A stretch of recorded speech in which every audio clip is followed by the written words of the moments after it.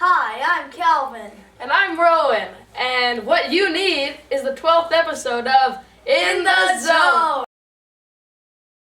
Guess what? It's the Christmas episode. Whoa! Merry Christmas! Hey! What? It is. I didn't think that was about Christmas. He was giving Okay. gifts. That's how Ralph So- Sterling justified it. And you may be thinking, like, we were lazy and we might have took a week off. But what happened was, after and when the sky was open, there was a week where no episode was aired. And then on Christmas they aired this episode. So we just want to stay true. So you can watch this episode, What You Need, on Hulu, Netflix, IMDB.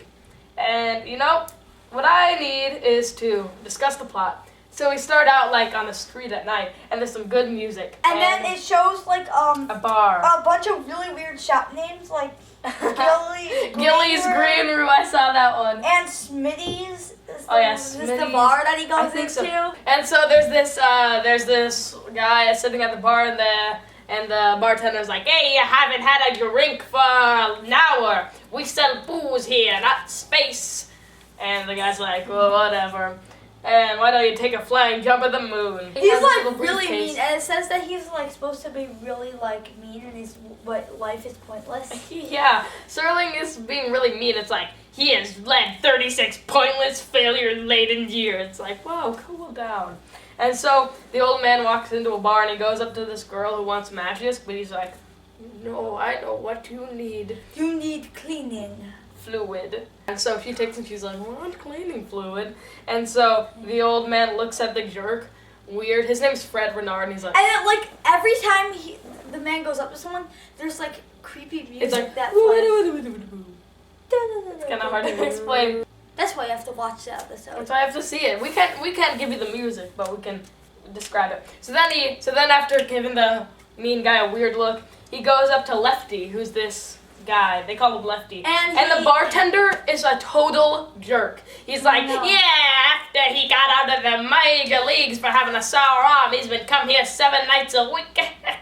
And then he says he needs a new left arm, which at first I thought was weird because I thought he like got cut off or something. But no, it just And turns I'm out he used like- to be a good picture, but now he's not a good picture. The old man is like, "I know what you need," and he gives him a bus ticket to Scranton, And then he Pennsylvania. goes in the phone booth, and we don't hear what he's saying, but we see the jerk looking at him, and he's like, And then he comes out, and it turns out he got a job coaching a minor league team in Scranton, Pennsylvania, and he needs to get there in a "That's bus. where the bus ticket is." Hey yo, the bartender, when he's like, "What's in Scranton?" He's like, "Coal mine. Maybe when you can't pitch with your arm, you can dig coal." We're gonna do something at the end of the season called the Zonies. And I think the bartender is a good contender for Oh, you said least something likable about bus. character. I like the bartender. What? He was really mean. And so he's like, "I need a shave, and I need to fit this stain on my suit." And he's like, "Oh, I wish I could get this stain out of my suit." And so the girl is like, "This cleaning fluid is supposed to help you." So then the old guy is really uncomfortable because the jerk is staring at him, so he walks out. And he's like getting his stuff in the little suitcase, and then the guy Fred walks over to him, and so the guy's like, "What do I need?" The old man is really scared, but he feels kind of threatened by the guy, so he decides to give him scissors. And like, "Scissors? What is that? Some kind of a gag?" "Yeah, And I'm scissors." thinking, Hey. what can he do with scissors? I was thinking at first that he was gonna like start like stabbing people or like get stabbed himself or commit suicide. But that doesn't happen. He goes to a hotel and he's going up I the thought it was his elevator. apartment. Oh, maybe it was. Oh, you're right. So then he's right. But his scarf gets caught in the elevator. So he's like, he's being strangled. And but then, I'm like, use the scissors, duh. But he doesn't figure that out for a little while. yeah, but then like we use the scissors and he's alive. And he's like, He tries "That's to push what I buttons. need. That's what I need." That's what I. So then we fade to black. Then we're back and it's we're in the old man's apartment. But somehow, I guess they must be in the same building. He like goes in and then he sees the guy in there. He's like sitting there. And he's like, "Ooh." It's just like how it's another thing where there's a salesman, and then there's a mysterious guy who somehow got into their apartment, just like in One for the Angels. So then he's like, why are you wasting your talent giving people matches or bus tickets or cleaner? I could be your partner. This should be famous. And your partner is not that easy to amaze. Yeah, he wants to be his partner, but the guy's like, no. And so... No. So, and he asks for his name, the old guy's name, and it's like Pedott. it's Pedott. Pedott. P-E-D-O-T-T. It's such a weird name. Pedott. It's like so out there, like near the end of the episode, he's like, what's your name anyways? And he's like, Pedott. And he's like, what? Pedott.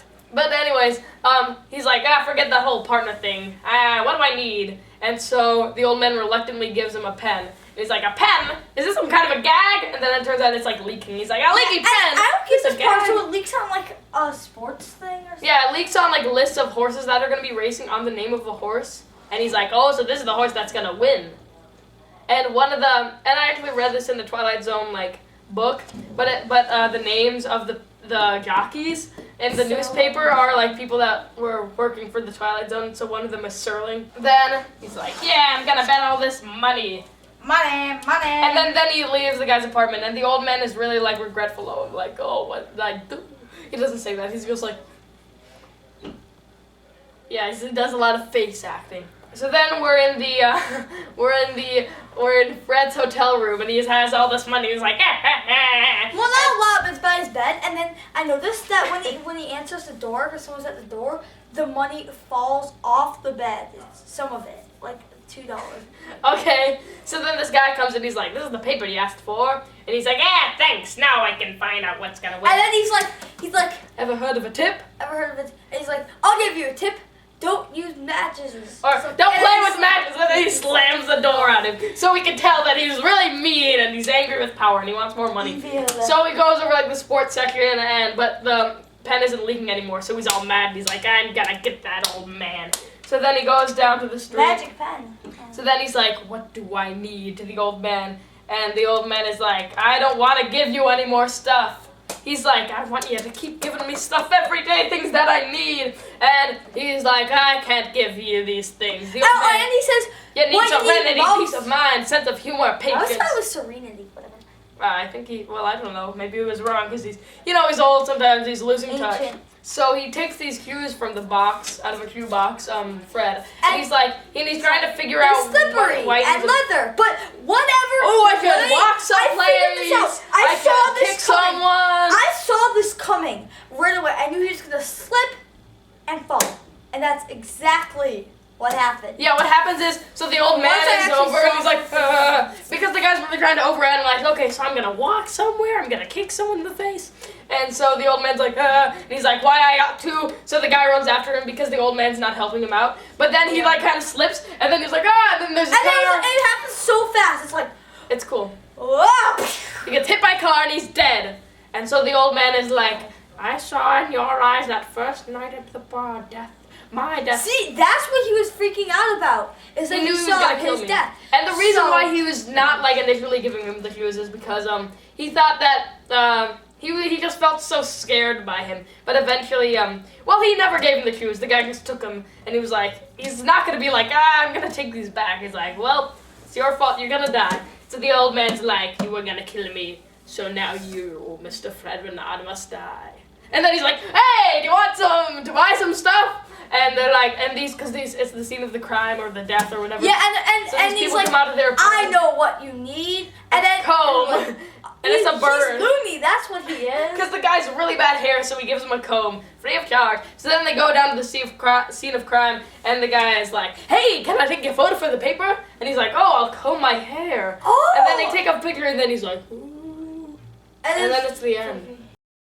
This episode is a really odd episode. It's way different. Well, how so? I don't know, just the way it happened.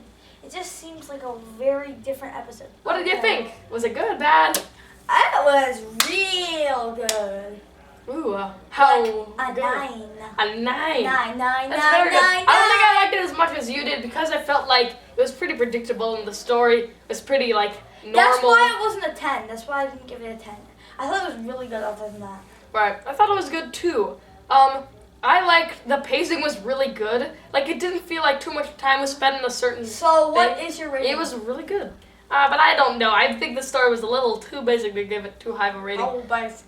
So I'm gonna give it a 7.5 out of 10, and that is 7.5. what this episode needs. And here's what you need. You need to check us out next week. We'll be talking about an episode called "The Four of Us Are Dying." See you then. Ooh, sounds fun. I love dying with 4 people. Ha ha ha ha. So, what do I need? You need this piece of paper. Great. Thank you.